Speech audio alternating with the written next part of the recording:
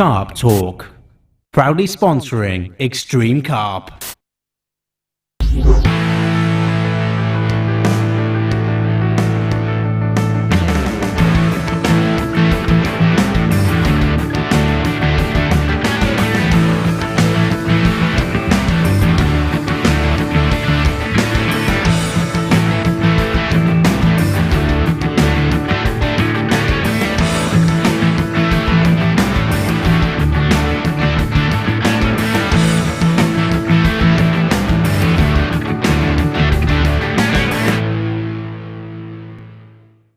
Now, smashing them up are words that you love to hear, especially when it's other people talking about your fishing. In eXtreme Carp this time, we're going to be doing exactly that and coming to you with some top tips and tactics to help you put more fish on the bank. The venue is this one, Brasenose One on the Linear Fisheries Complex in Oxfordshire, arguably the most popular day ticket water in the country, and one which, if fished right, can produce fantastic results. Now, Brasenose is 32 acres in size with loads of features, particularly clear water, bars, bays, gravel patches and weed beds, and it lends itself to all sorts of methods. Joining me on my journey today is a lad that knows a thing or two about fishing here. He's one of the young guns in the UK carp scene. It is Tom Maker.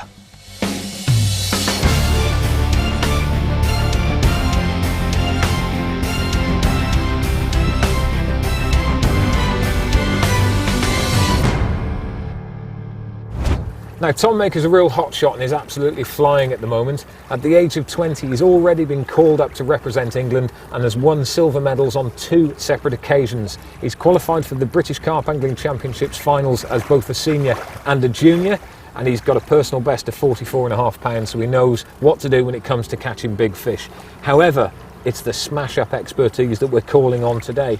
Tom, what are we going to be looking at down here at Brasenose? Just when you get into your swim, sort of what you look for. Are the fish showing? Are you on the wind? Can you slot in between people? And just finding a feature, fishing somewhere that you can fish comfortable to, regardless if there's a weather like change coming in, trickling in the bait, getting a bit of bait going in, whether you're going to be using zigs, bottom baits, how often you're going to spod. And just basically working it, like working the swim. If you're seeing fish show, should you put more out, or would you put less bait out if they're showing? It's basically working it, yeah, isn't it? The more you work it, the better it is. Yeah. I know you want to get your spot out as well. Yeah, so I'm going to get this spot out there now, and hopefully we'll see how it goes.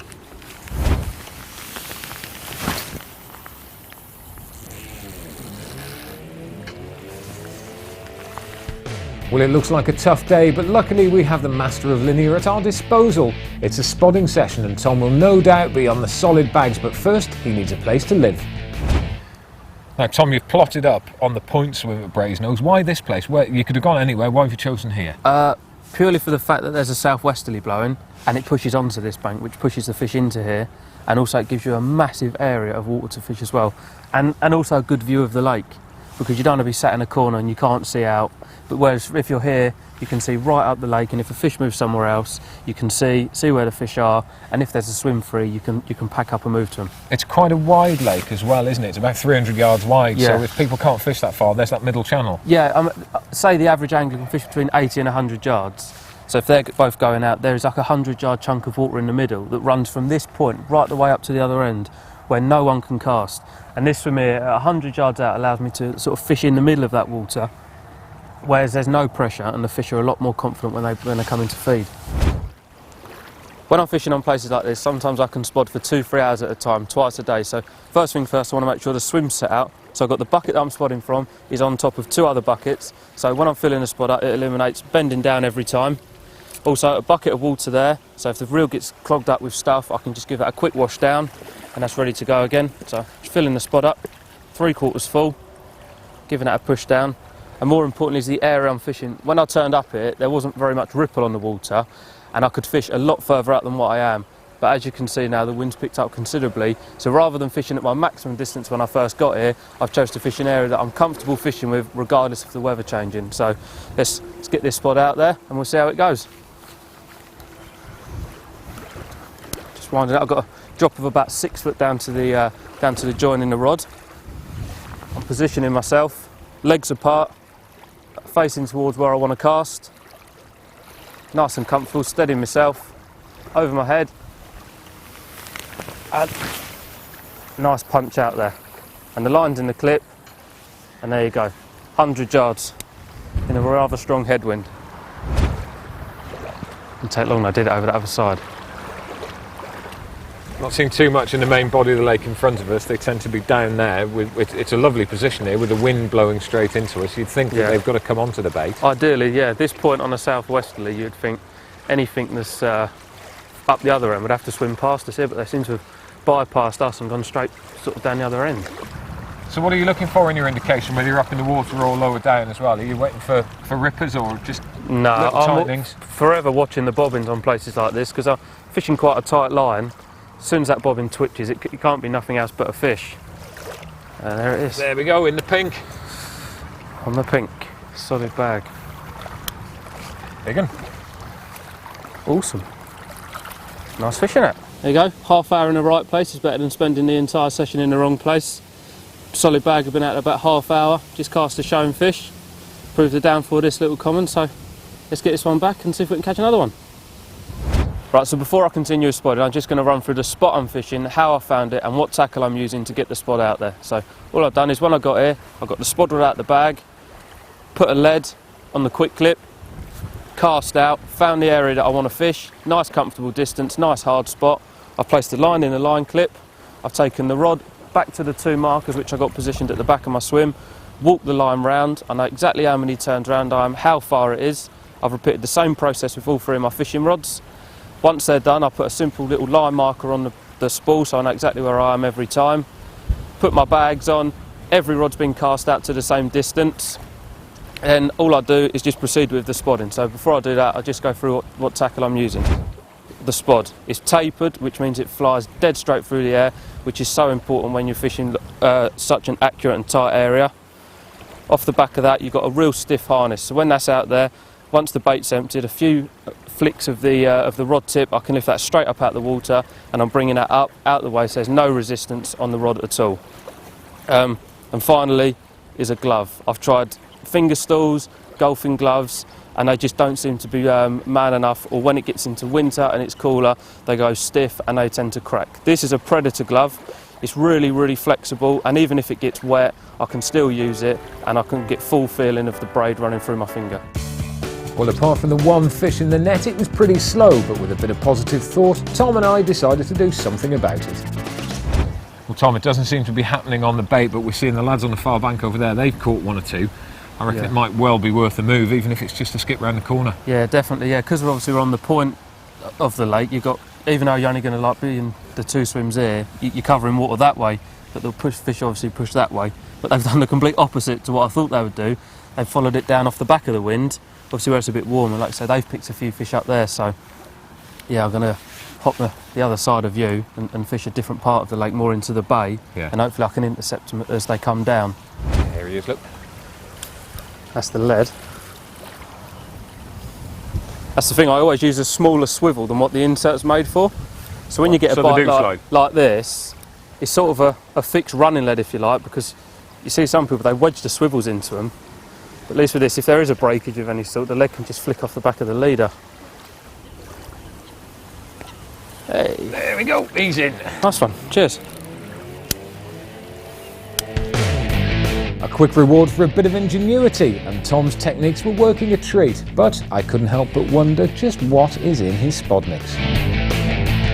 When I fish up on places like Brasenose, I go through loads and loads of spod mix. So this is the finished spod mix that I've been using. Just got everything in it, from hemp, party blend, pellets, chop boilies, and also nut sludge as well, which creates a really, really nice cloud in the water. So first of all, that's the party blend that I'm using. That is the main ingredient, purely for the fact that it's cheap. I can bring it down dry, pour boiling water over it, and within a few hours it's prepared. Loads of different smells and flavours in there, so that makes up the bulk of my mix. Then I want to response pellets. These ones are cell flavour because the fish in here absolutely love cell, so I'll put plenty of them in there, plus they soak up the water as well, and they'll expand on the bottom, and they'll just let smells and flavours out for ages. Then hemp. Every spod mix has to have a bit of hemp in it because the fish love it. I've got a bit of maize in there, a few maple peas, just anything really to bulk it out. So loads of that goes in as well. And then also put in nut sludge, because places like Brasenose, the fish, when they do get up over the spod mix, you can catch them up in the mid-water as well. So as that stuff will sink quite quick, that stuff there will linger in the water and create a cloud, which means that there's fish all day around my zig, and hopefully I can pick them off up in the upper layers as well. And the last thing I put into my mix are these cell boilers. I just crush a few of them up, put them in the mix, and that's ready to go out into the lake.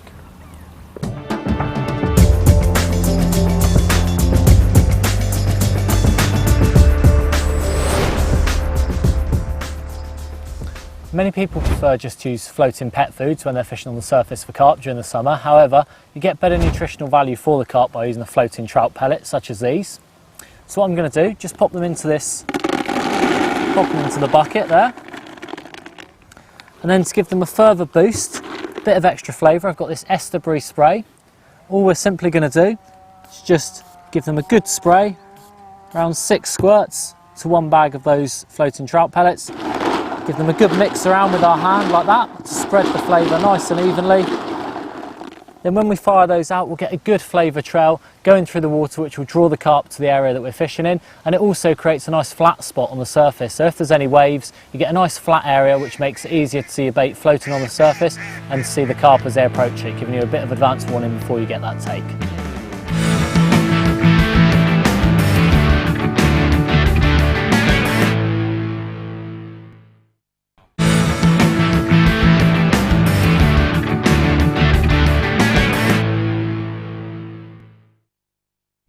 Welcome back to the eXtreme Carp Show, and you rejoin us at Linear Fisheries. I'm here with young gun Tom Maker, who's been bagging on his special spod mix. Naturally, I'm looking to land a few myself.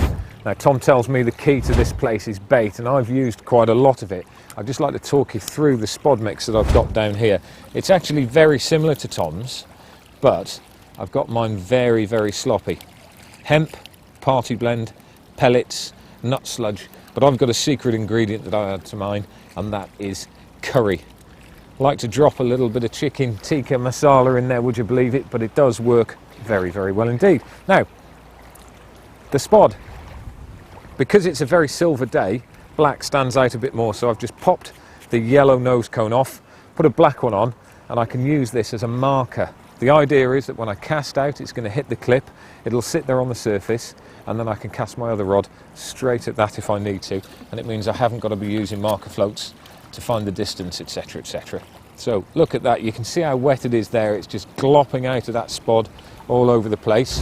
The wind's picking up now, it's going to be very, very tricky.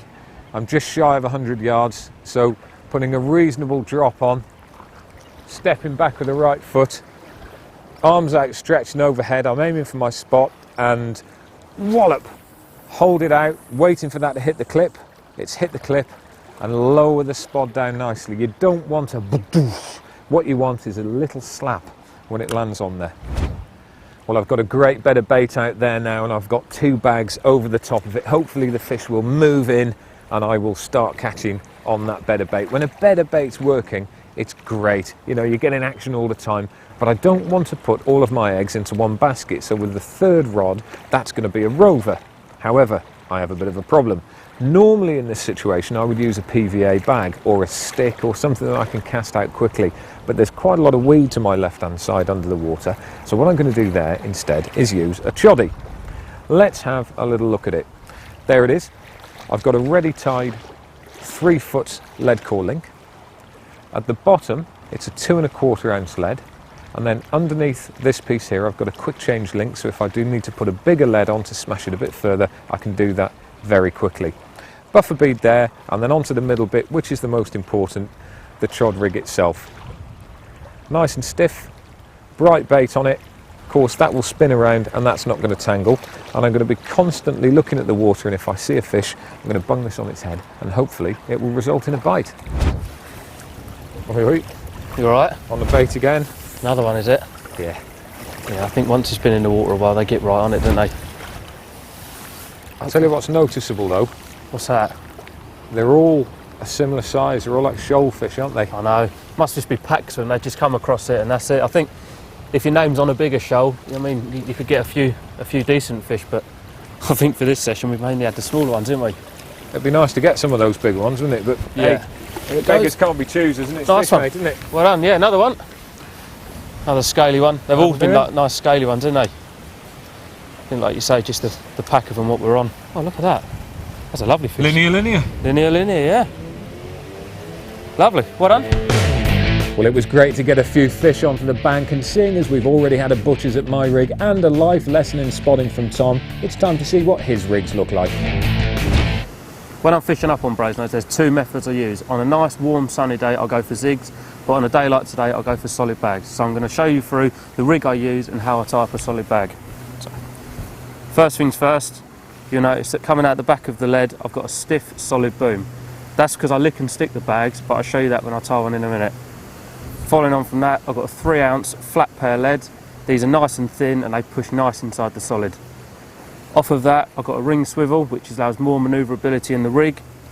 5 inches of supple braid, which means I can put the rig and the lead all inside a bag and not have to worry about the rig kinking or knotting up in any way. Off of that, I've got an overweighted split shot, which allows my hook bait, when the PVA dissolves, the bait comes up out of the way of the pellets, the lead holds it firm on the bottom, and the first thing that the fish comes to is my bright hook bait. Off of that, I've got a silicone kicker over the eye of the hook just to turn it when the fish picks it up. That's knotless knotted to a size 6 super sharp SSBP hook with a tiny piece of silicone on the back of the shank just to hold the hair tight. And as for a hook bait, all I've got is a tiny whittled down pink Frutella pop-up. So that's the rig. Now I'm going to show you how I tie it up.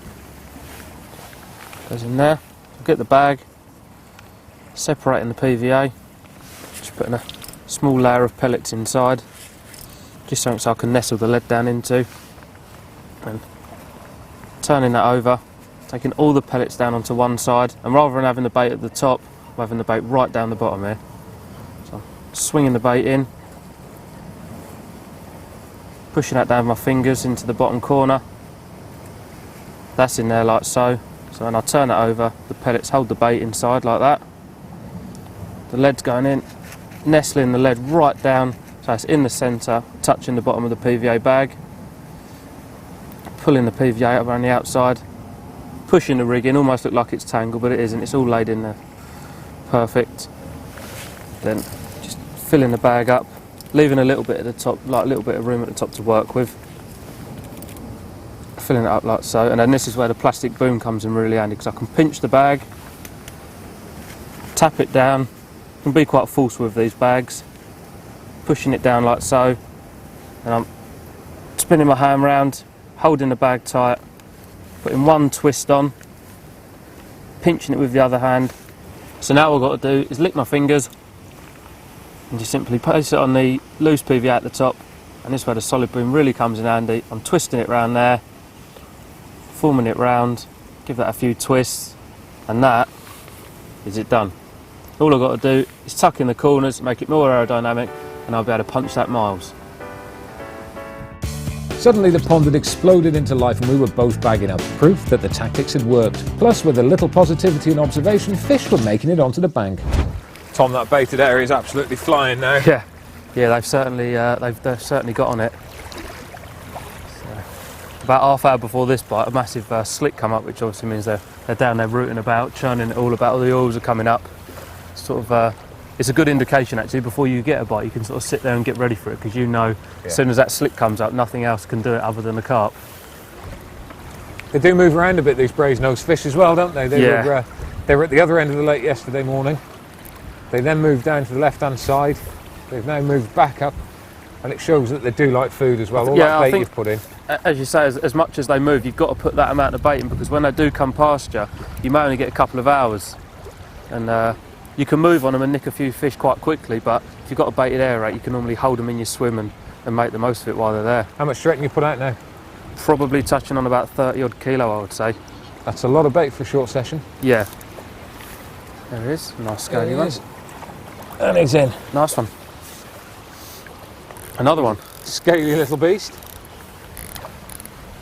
Oh yeah. Sausage roll. Nice. Not quite a pasty.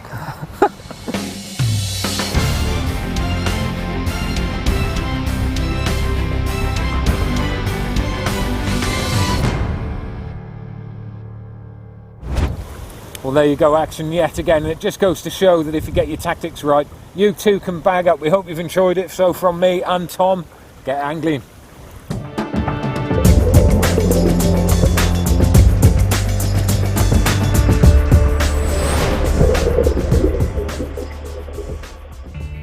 Okay, you're going to take a look at feature finding now and looking for suitable areas out in the lake to present a bait. Now, because this is so important, it's worthwhile having a dedicated rod for this type of work. At the important end, got a nice dumpy 4-ounce lead that should pick up plenty of vibration as it comes across the bottom. A little short boom section there, just to keep the float away from any low-lying weed. And then I've got an extra set float. So if I find an area I think I want to fish, I can play line off through the running ring, bring the float to the surface. I've got a nice visual marker to bait up to.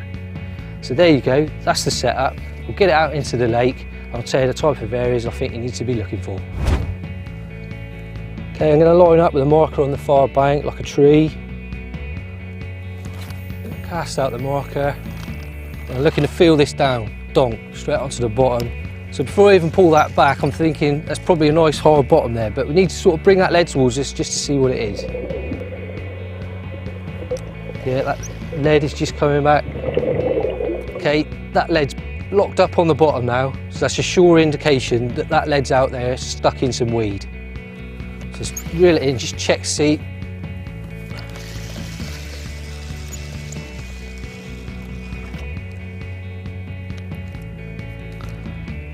So as you can see, a lot of fresh weed around that lead. Probably would have prevented my float from coming up as well. But at least I know that area of the lake now is pretty weedy. So what I'll do now is have another cast, bit to the right, see what we find out there. Okay, got a nice smooth area now. That lead's just zooming back towards me. It's not gripping on anything. So I'd be absolutely sure that that's a nice clean area there. Perfect area to present a bait. You know, I'm cast out, the rig's gonna settle nice, bait up around it, nothing to hinder my presentation on the bottom. So that's the type of area I think you'd be looking for. Oh, now, bit of a vibration on the rod tip there. Could feel that back through my hands at the reel. Yeah, and again, little bit of tippy tappy there on the end of the rod tip. Now, if you're getting that when you're bringing back your lead, more likely you're coming across some gravel on the bottom. Another really good area to present a bait, because you know that chances are it'll be nice and clean and your rigs will be presented nicely.